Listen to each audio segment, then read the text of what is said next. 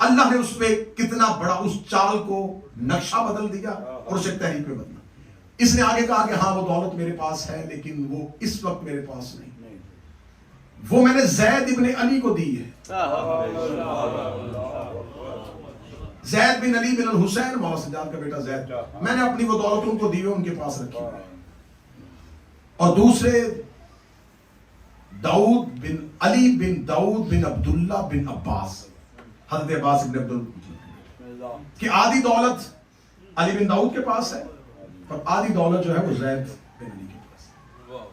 اس نے یوسف بن عمرو ثقفی نے فوراً خط لکھا ہشام کو کہ مان گیا, یہ 2 راتیں اس کو مارا اور اس نے مان لیا, تسلیم کر لیا, اس کی ساری دولت مدینے میں زید کے پاس ہے. اس نے فوراً والی مدینہ کو خط لکھا کہ زید کو اور علی بن داؤد کو گرفتار کرو, گرفتار کر کے شام بھیج.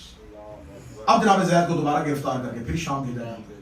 جب دوبارہ یہ شام جاتے ہیں, جب شام پہنچتے ہیں تو یہ سوال کرتا ہے, میں نے سنا ہے کہ خالد کسری کی دولت آپ کے پاس ہے. مولا نے فرمایا کیا بات, وہ خالد کسری جو میرے باپ دادا میں سب و شتم کرتا ہے, جو آل محمد سے مخالفت کرتا ہے, ہمارے لیے ہمیشہ برائی کا ارادہ رکھتا ہے, ہو سکتا ہے کہ وہ اپنی دولت ہمیں دے.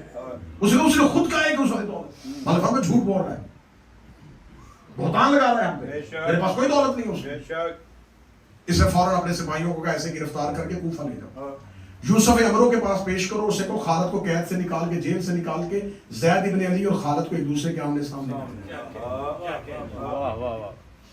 سپاہیوں نے وہیں سے گرفتار کیا شام سے, اور جناب زید کو کوفہ لیا. جناب علی بن داؤد بھی ساتھ, دونوں کوفہ آ گئے. جب دونوں کوفہ پہنچ گیا تو خالد کسری کو جیل سے نکالا جاتا ہے. جیل سے نکال کے بری اس کی حالت ہے زندان میں, اس کو بالکل یہ موت کے قریب ہے, اس کو لا کے کھڑا کیا جاتا ہے, کہتے ہیں وہ زید ابن علی آ گیا, تو نے کلیم کیا تھا کہ تیری دولت اس کے پاس ہے, بتا. اس نے یوں نظریں اٹھائی, یہ زید ہے؟ ہاں یہ زید ہے, میں تو اسے نہیں جانتا.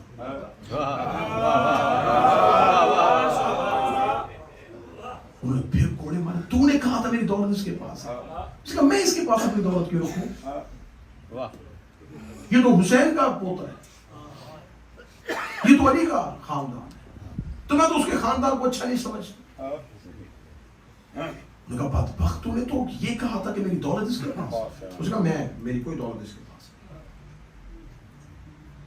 اب جناب زید وہیں پہ کھڑے ہیں, اور جب اس کو دوبارہ زندان میں بھیجنے لگتے ہیں, جناب زید کے قریب سے گزرتا ہے. جناب زید اس کی طرف دیکھ کے کہتے ہیں کہ جب تیری کوئی دولت میرے پاس ہے نہیں, تو نے بہتان کیوں لگایا؟ اس میں گزرتے گزرتے ایک جملہ کہا ہے, اس نے کہا الزام نہیں لگایا, ایک کوشش کی ہے شاید اللہ میری توبہ قبول کرے. کوشش کی ہے کہ شاید اللہ میری توبہ قبول کر لے. اب اس جملے کے اندر ایک تاریخ بند ہے, وہ میں 2 جملوں میں, کیونکہ یہ خالد کسری کوفے کا والی رہ چکا ہے, اس کو کوفے کے پورے حالات کا پتہ ہے کہ یہاں پر بہت تعداد میں علی کے شیعہ ہیں, لیکن خوف زدہ ہیں کیونکہ لیڈر کوئی نہیں ہے, رہنما کوئی نہیں. یہ مدت سے کسی کو ان کا رہنما نہیں بننے دے رہا. جب اس کو زندان میں پھینک دیا, اسے کہا میں نے تو مر ہی جانا ہے.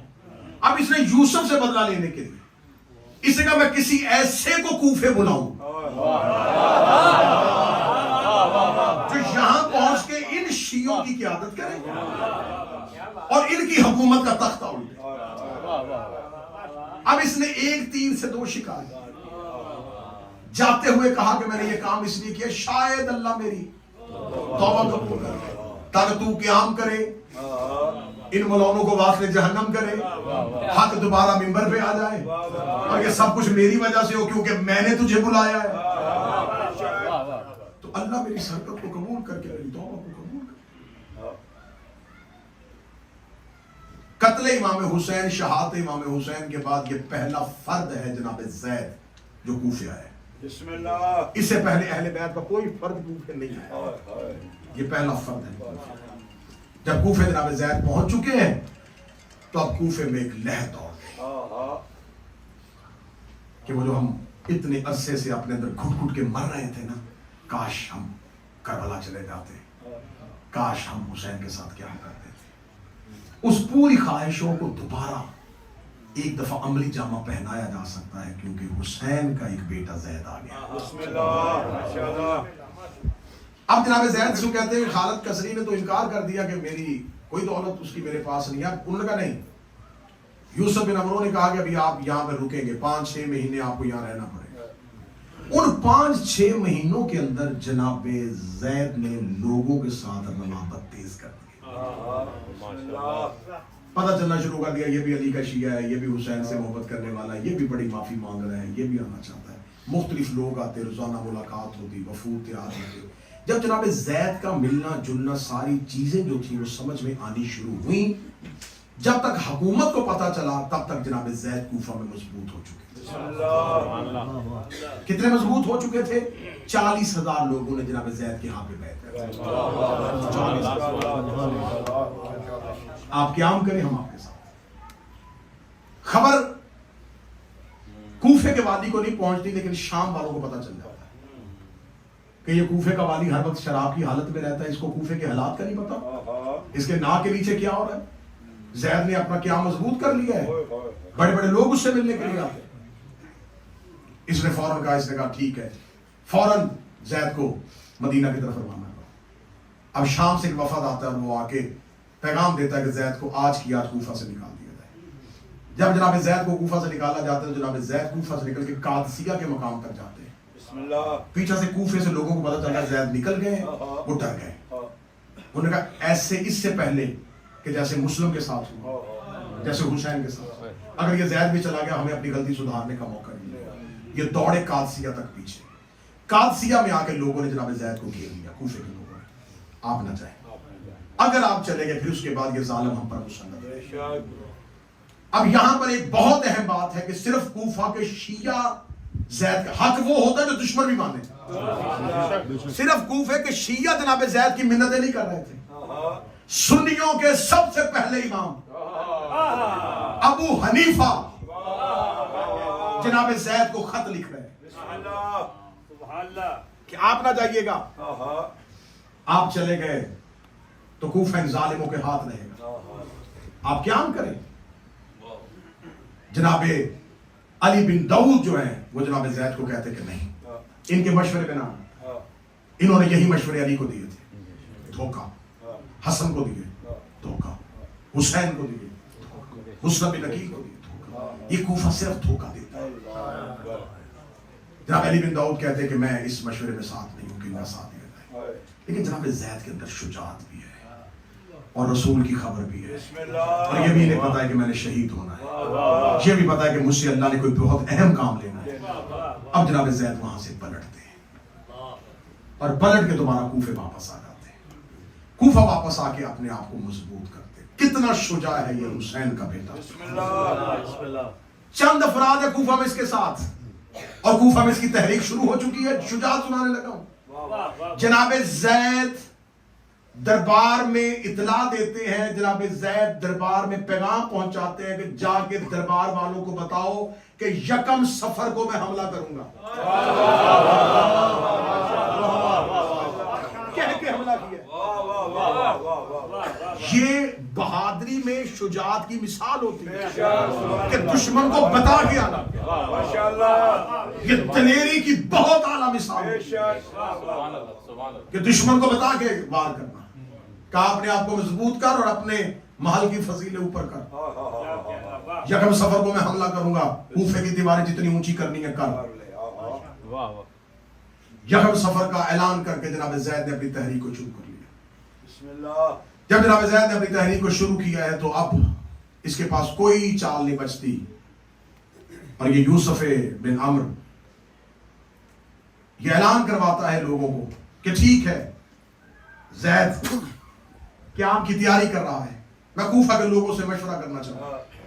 سارے مسجد اعظم میں اکٹھے ہو, جو تم فیصلہ کرو گے, اگر تم کہو گے تو میں اختیار زید کو دے کے یہاں سے چلا جاؤں. سارے مسجد کوفہ میں ہو.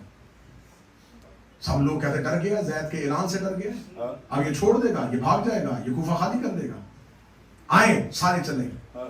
جناب زید انہوں روکتے, نہ جانا, اب ہم نے ان سے بات چیت نہیں کرنی, اب ان کا اور ہمارے درمیان فیصلہ تلوار کرے. یہی بات, یہی جملہ مولا علی کہتے ہیں, معاویہ کی بات پہ نہ آنا, اس کے اور میرے درمیان فیصلہ تلوار. یہ کام جناب زید علی بن کے کہہ رہے ہیں، نہ جانا فیصلہ تلوار کریں، لوگوں کا کیوں لڑنا ہے جب اپنی مرضی سے دے رہا ہے، جا رہا ہے یہاں سے کوفے سے، کیونکہ ان کوفے والوں کی اکثریت کا مرکزی خیال یہ نہیں تھا کہ قتل حسین کا انتقام ہو، آل محمد کے حق کو دوبارہ بحال کیا جائے۔ ان کے ذہن میں مرکزی خیال یہ تھا کہ ہم کوفے والوں کے سر سے ظالم حکمران۔ یہ بات شیعوں ذہن میں رکھنا، جب تم کسی بھی دور میں صرف اپنی آسانیوں کے لیے امام کو بلاؤ گے،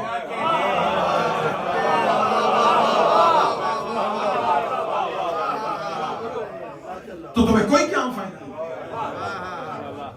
آ جائے مولا، آ جائے، ہم مر رہے ہیں، آ جائیں، ہمیں دنیا مار رہی ہے، الجل آسانیوں میں کیوں نہیں بلا؟ اہل بیت علیہ السلام کو شیعوں نے مدد کے لیے رکھا ہے۔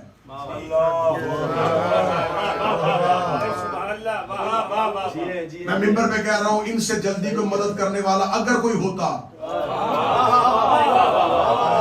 پتہ نہیں یہ کب کے چھوڑ کے آل محمد کو چلے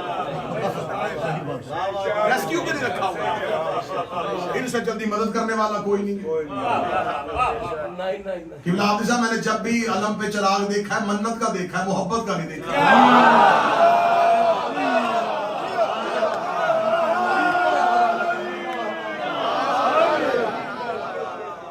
تابوت پہ سیب منت کے ہوتے ہیں، الفت کے نہیں ہوتے۔ حاضریاں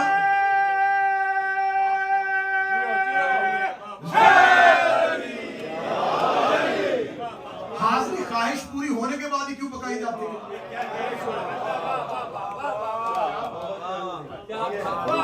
نیاز بیٹا ہونے کے بعد ہی کیوں بانٹی جاتی ہے؟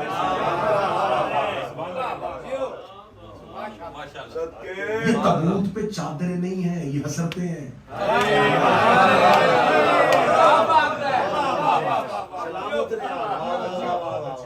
ہمیں بچاؤ۔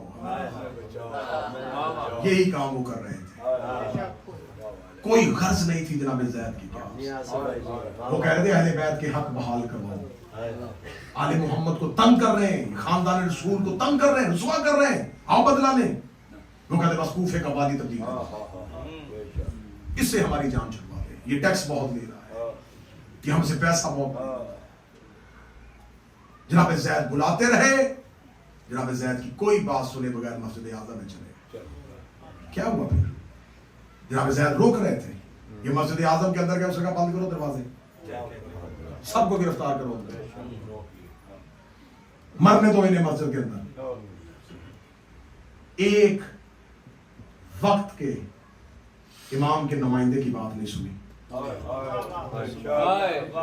سارے مرے۔ اس سے پہلے کوفے والوں کے ساتھ یہ ہوا ہے، جب رات کی طریقے میں ابن زیاد آیا نا، سارے حسین سمجھ کے باہر آ گئے، وہ بھی عربی لباس ہاشمی والا امامہ پہن کے، نقاب لے کے گھوڑے پہ چلتا گیا، دیکھتا رہا کون کون حسین کا رستہ دیکھ رہا ہے۔ یہ سارے رستے میں حسین آ گئے، حسین آ گئے، حسین آ گئے، حسین آ گئے۔ جملہ کہوں گا، تفصیل کا وقت ہی نہیں رہا، جب امام کی معرفت نہ ہو تو لوگوں کے ابن زیاد بھی حسین لگ گئے، حسین حسین عزت دیتا ہے۔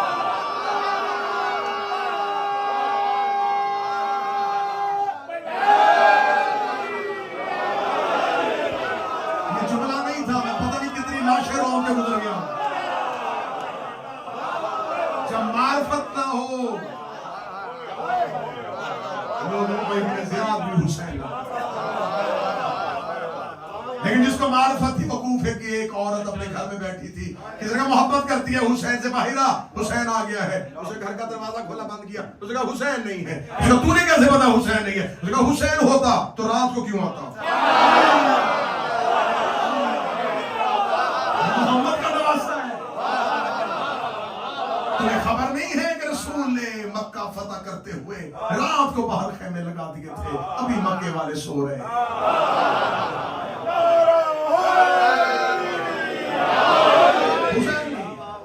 معرفت تھی، یہی وجہ ہے. معرفت نہیں ہے, پتہ نہیں وارث کے آنے سے پہلے کتنے امام آئیں گے. شیعہ کبھی اس کے پیچھے بھاگیں گے, کبھی اس کے پیچھے. جب حقیقی امام آئے گا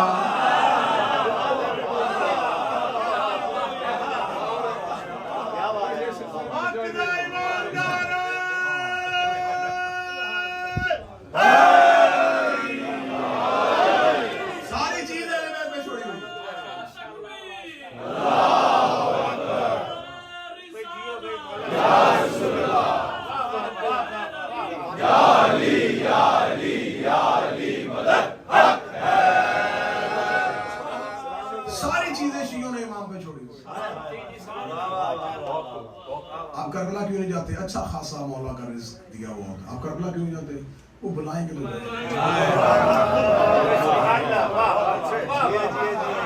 یہ ایسا جملہ مشہور ہوا ہے کہ ہر ایک شیعہ رہنے سارے کام کر لیتے ہیں, سارے کام ہو جاتے ہیں, ہالیڈیز اچھی جگہوں پہ جائیں.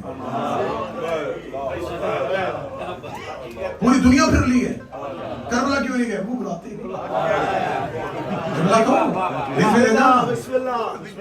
حسین کے بلاوے کا انتظار کرنے کے لیے حبیب ہونا چاہیے.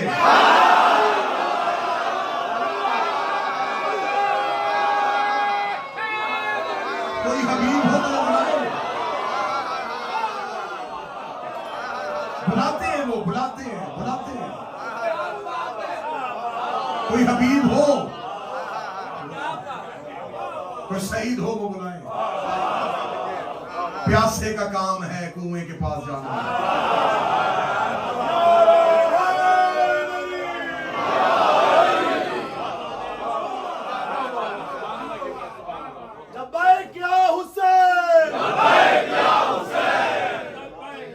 بس وقت بہت زیادہ ہو گیا. انشاءاللہ تو باقی گوشے رہ گئے راجہ صاحب کے پاس. انشاءاللہ آج وہ آ گئے ہیں انشاءاللہ آخری مجلس پہ. وہ آج بھی اس لیے آئے کہ کل میں نے ان کے پاس جانا. میرے بھائی ہیں, برادر معظم ہیں, برادر اکبر ہے, میرا بڑا محبت ہے ان سے, اللہ سلامت رکھے. سارے مسجد اعظم میں چلے گئے, اس نے پتھروں سے مروائے, اوپر سپاہیوں سے کہا عورتیں بچے مرد. 40,000 نے بیعت کی تھی. زید کے پاس کتنے؟ 218. 218 کے ساتھ ایک دن 2 راتیں لڑا ہے حسین کا بیٹا. کبھی کوفہ سے باہر نکلتا ہے, پھر پلٹ کے آتا ہے, پھر نکلتا ہے, پھر پلٹ کے. شامی فوجیں کوفے کی گلیوں میں دوڑ رہی ہیں زید کے آگے. گلیوں میں ہے یہ حسین کے سجاد کا بیٹا, تلوار نیام سے نکالی ہوئی ہے, بدلہ لے رہا ہے, انتقام لے رہا ہے. کوفہ کی گلیاں شامی سپاہیوں کی لاشوں سے بھری. جب ایک دفعہ پتا چل جائے نا کہ میں ایک حد توڑ کے, پہرا توڑ کے نکل آیا, کوئی پھر نہیں جاتا. 7 مرتبہ اس نے سپاہیوں کا پہرا توڑا ہے, 7 مرتبہ پہرے میں واپس آیا. جب بھی پلٹ کے باہر نکلتے تھے لوگ کہتے تھے زید تیرے ساتھ ہی مر رہے ہیں, تعداد تھوڑی رہ گئی ہے. زید اگر تو نے پہرا توڑ دیا, کوفے سے نکل آیا, چلا جاؤ. کہتا تھا نہیں, اکیلا بھی رہ جاؤ, میں یہ انتقام ضرور لوں گا. اور شیعو بار بار جناب زید کہہ رہے, شیعو ذلت کی زندگی سے عزت کی موت. ان ملعونوں کے ہاتھوں روز ذلیل ہونے سے پہلے آؤ عزت کی موت نہ جائے.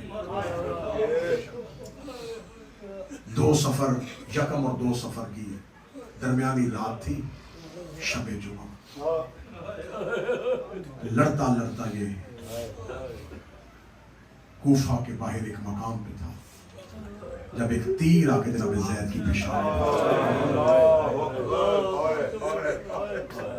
گھوڑے سے گرا یہ سجاد. مظلومیت سنانے لگا, مظلومیت. ایک طبیب کو بلایا گیا, ایک سپاہی اٹھا کے اپنے گھر, ایک صحابی اپنے گھر لے گیا. ڈر تھا کس کو بلائیں, خبر ہوئی کہ فلاں قبیلے کا ایک غلام ہے, وہ زخموں کا علاج کر لیتا ہے, اس کو بلایا. اتنا خوف تھا اہل بیت. کہتے اسے بتانا نا یہ حسین کا پوتا ہے. اسے نہ بتانا یہ سجاد کا. جب معالج کو لینے کے لیے وہ دو شخص اس کے تعلق والے اس کے گھر گئے کہ ایک شخص زخمی ہو گیا جنگ میں. اس کا زید تو نہیں تو ساتھ آیا. پیشانی سے اس نے تیر نکالا. قالوا انا للہ و انا الیہ راجعون. زیدی سادات کو پرسہ پیش کرنے لگا. جتنے زیدی سادات ہیں نا یہ بڑے مظلوم امام مولا کے بیٹے, یہ بڑے مظلوم آقا کی اولاد ہے. اتنا مظلوم امام تھا کہ جو زندہ بچ گئے تھے وہ سوچ رہے تھے دفنائے کہاں,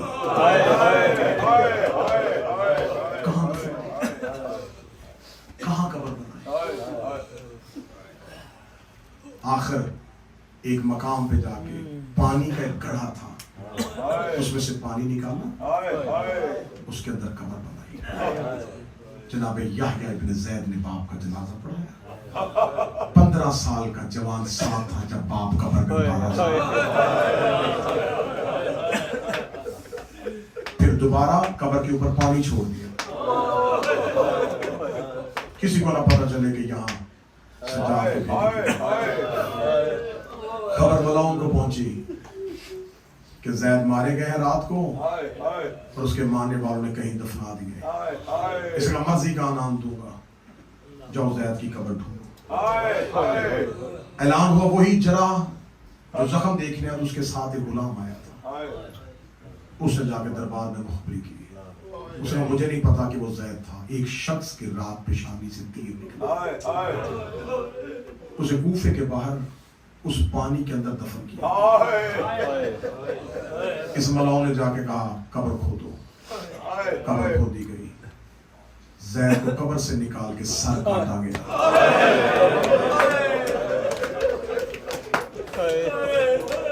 سر کاٹ کے شام بھیج دیا. اگلی صدر زیدی سادات ہے, آپ بھی سید ہے, مجھے معاف کر دیجئے گا. لاش کوفہ کے باب کناسہ پہ لٹکا دی. آج جو زائرین جاتے ہیں یہ اہل بیت کے گھر کا وہ مظلوم ہے جس کی قبر نہیں ہے. جہاں آج زری بنی ہوئی یہ مقام زید ہے, انہیں قبر تو ہے ہی نہیں. جس دروازے پہ لاش کو لٹکایا تھا وہ کوفہ کے تو محلہ تھا. اب وہ ہلہ کی مقامات پہ ہے, مقام ذوالکفل. وہاں پر جناب زید کے اس مقام کی نشانی کو بطور زری پہ رکھا. قبر نہیں ہے, مقام ہے.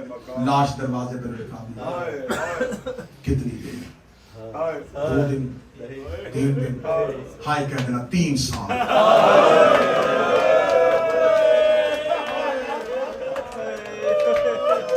3 سال جناب زید کی لاش.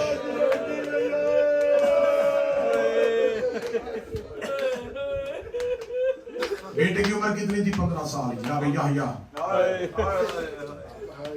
جب باپ دفنا کے کوفہ سے نکلے گے, جو سپاہی بچ گئے تو جناب یحییٰ سے کہا مدینے جائیں گے. کہتے ہیں مدینے جا کے کیا, مجھے کوئی کربلا پہنچاؤ. جناب یحییٰ کربلا چلے گئے. کربلا کے بعد پھر خراسان گئے. پھر انہوں نے ایک علیحدہ قیام کیا. زید کے اس بیٹے کو زندہ جلایا گیا تھا.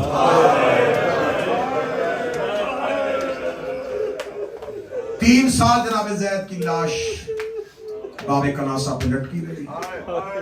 3 سال کے بعد یزید بن ولید بن عبد الملک ملاؤں انہوں نے کہا وہ جس کی لاش لٹکائی ہے نا اس کے اعجاز معجزے ہو رہے ہیں. نہ اس کی لاش سے کوئی بدبو آئی ہے, بالکل ایسے ہی ہے جیسے کل کسی نے لٹکائی ہو. اس سے کرامتیں ظاہر ہوتی ہیں. اس نے کتنی غلطی کی میرے باپ نے, 3 سال اس لاش کو چھیڑا نہیں. 3 سال کے بعد بھی بھڑاس ختم نہیں ہوئی. انہوں نے کہا اتار کے دفنا دے, کہنے لگا نہیں جلا دو.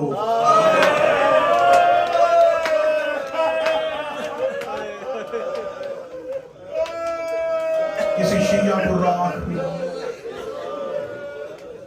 لیکن اہل بیت کے جسموں کا آگ بھی احترام۔ یہ ہے میرے مولا سجاد کے اس بیٹے کی غربت۔ بس میں بڑی جلدی کروں گا، تفصیل سے پڑھ کے آنا ہے چوتھے امام کا جنازہ۔ جتنی مجھ سے پڑھا گیا، جتنی مجھ میں طاقت ہوئی، جتنی تم میں سننے کی طاقت ہوئی، لیکن ایک منت کروں گا، تابوت آئے گا، بڑی شیعوں کو، بڑی مومنین کو حسرت ہوتی ہے زیارت کی، جلدی نہ کرنا، ایک دوسرے کو دھکا نہ دینا، کیونکہ جو تابوت میں آیا ہے وہ بڑا تھکا ہوا۔ میں منت کروں گا، جو تابوت میں آ رہا ہے یہ مدت کا زخمی ہے،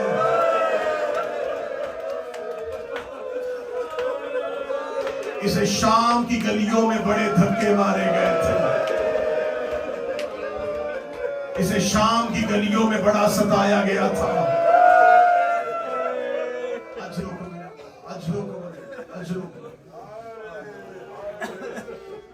کل میں نے پڑھا تھا قید آزاد ہو گئی، قید آزاد ہونے کے بعد یہ حسین کا بیٹا مدینے پہنچ گیا۔ مدینے جب سید الساجدین پہنچے ہیں تو یہاں پہ ہار انوار میں علامہ مجلسی نے علی کی بیٹی کا ایک نوحہ لکھا۔ اکثر ذاکرین ممبر سے پڑھ دیتے ہیں کہ بی بی نے مدینے سے باہر آ کے پوچھا سجاد یہ کون سا شہر ہے؟ نہیں، عالمہ غیر معلمہ ہے۔ بیٹیوں کو پے کے گھر نہیں بھولتے، بس اتنا پوچھا سجاد یہ مدینہ ہے؟ ہاں ماں یہ مدینہ ہے۔ لوگ نے پہلی بار باہر سے دیکھا۔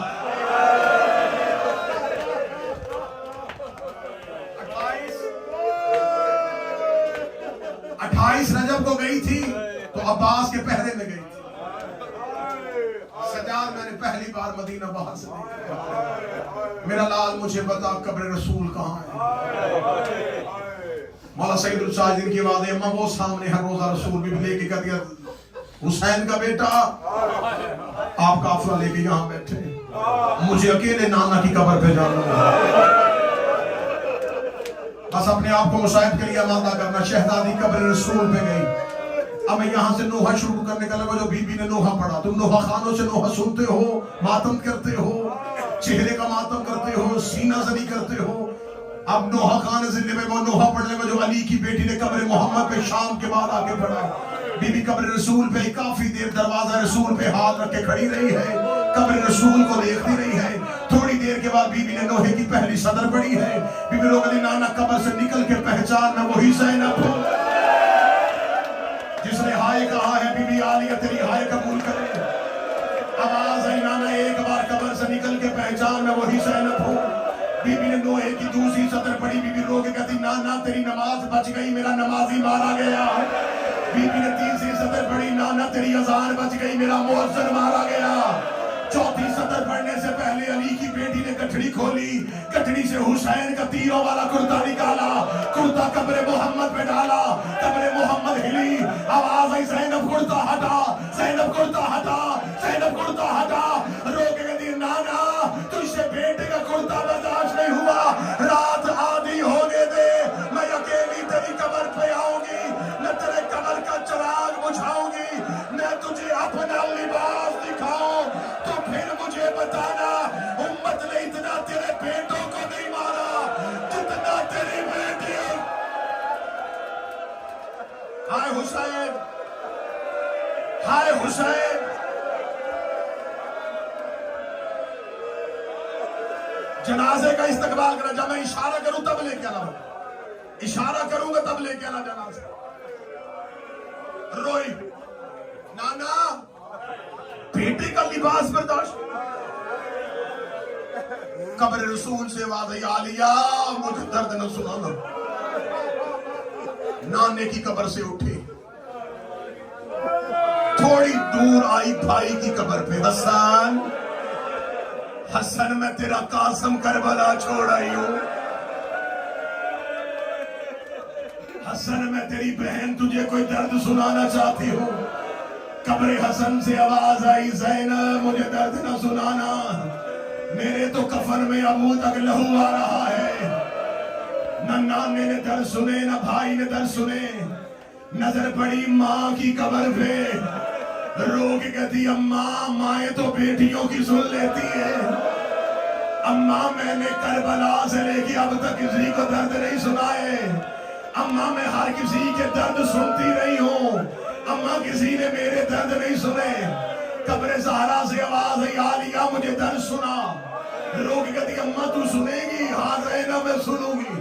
رو کہتی اماں پھر سن, 28 رجب کو میں آپ کی قبر پہ آئی تھی. میں نے آپ کی قبر پہ آ کے وعدہ کیا تھا میرا کچھ بچے نہ بچے, میں آپ کی نسل بچا کے آؤں گی. ہاں عالیہ مجھے وعدہ یاد ہے. رو کہتی اماں اٹھ ذرا قبر سے, میں تجھے بتاؤں. وہ دیکھ میں آپ کا سجاد بھی لے آئی, وہ دیکھ میں آپ کا باکر بھی لے آئی.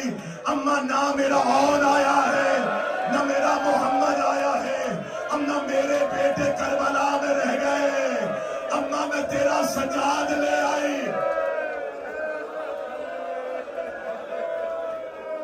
اماں میں تیرا سجاد لے آئی. قبر سیدہ سے آواز آئی عالیہ تیرا شکریہ, تو امامت کو بچا کے آ گئی. تو نے اللہ کی حجت کا تحفظ کیا. سانس دلوایا ہے میں نے تاکہ اگلا جملہ تڑپ کے سن سکوں. بی بی دے کہتی اماں اماں میں امام لے کے آئی ہوں. اماں مجھ سے پوچھ تو صحیح, میں نے تیرا بیٹا بچایا کیسے؟ جو سادات بیٹھے تھوڑی دیر کے لیے مجھے معاف کر دینا. جو نرم دل ہے تھوڑی دیر کے لیے کانوں پہ ہاتھ رکھ لینا. آواز آئی زینب کیسے بچایا ہے؟ رو کہتی اماں جب تیرا حسین گھوڑے کی زین سے گر گیا, اماں 300 سپاہی ہاتھوں میں نیزے لے کے تیرا سجاد قتل کرنے کے لیے خیموں میں آئے. اماں میں نے تیرا سجاد اپنی پشت پہ اٹھایا.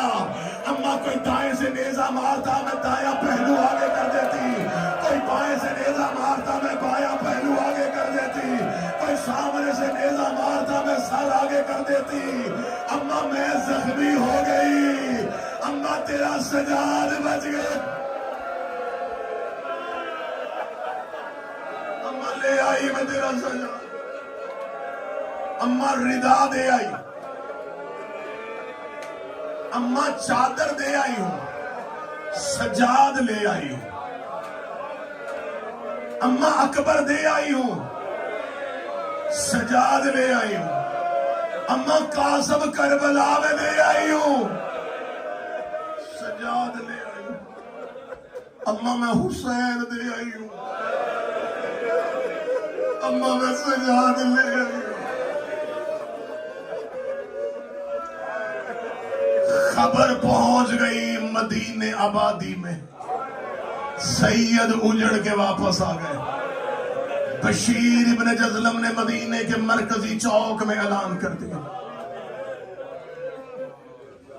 اٹھی حسین کی بیٹی نانی ام سلمہ کی. نانی نانی وارث واپس آ گیا. ام البنین کوئی منادی اعلان کر رہا ہے, سجاد واپس آ گیا. اما منادی کہہ رہا ہے کہ قبر رسول پہ بیٹھے. اما منادی کہہ رہا ہے کہ اٹھ کے چلے گئے ہیں ماں فاطمہ کی قبر پہ. اما مجھ سے انتظار نہیں ہو رہا, اما مجھے اجازت دے میں اپنے وارثوں کو لے آؤں. کنیزوں نے حلقہ باندھا, کنیزوں نے حلقہ باندھا بی بی سورہ کے گرد. ماں کی چادر سر پہ لی, حسین کی بیٹی بھائی کو لینے کے لیے گھر سے چلی. مولا سجاد اس رستے پہ آگے بیٹھ گئے جو مدینے سے آتا تھا. کنیزوں کے حلقے میں حسین کی بیٹی چلی. تھوڑا باہر چلی تھی, کنیز کی آواز آئی حسین کی بیٹی رک. رستے میں کوئی مسافر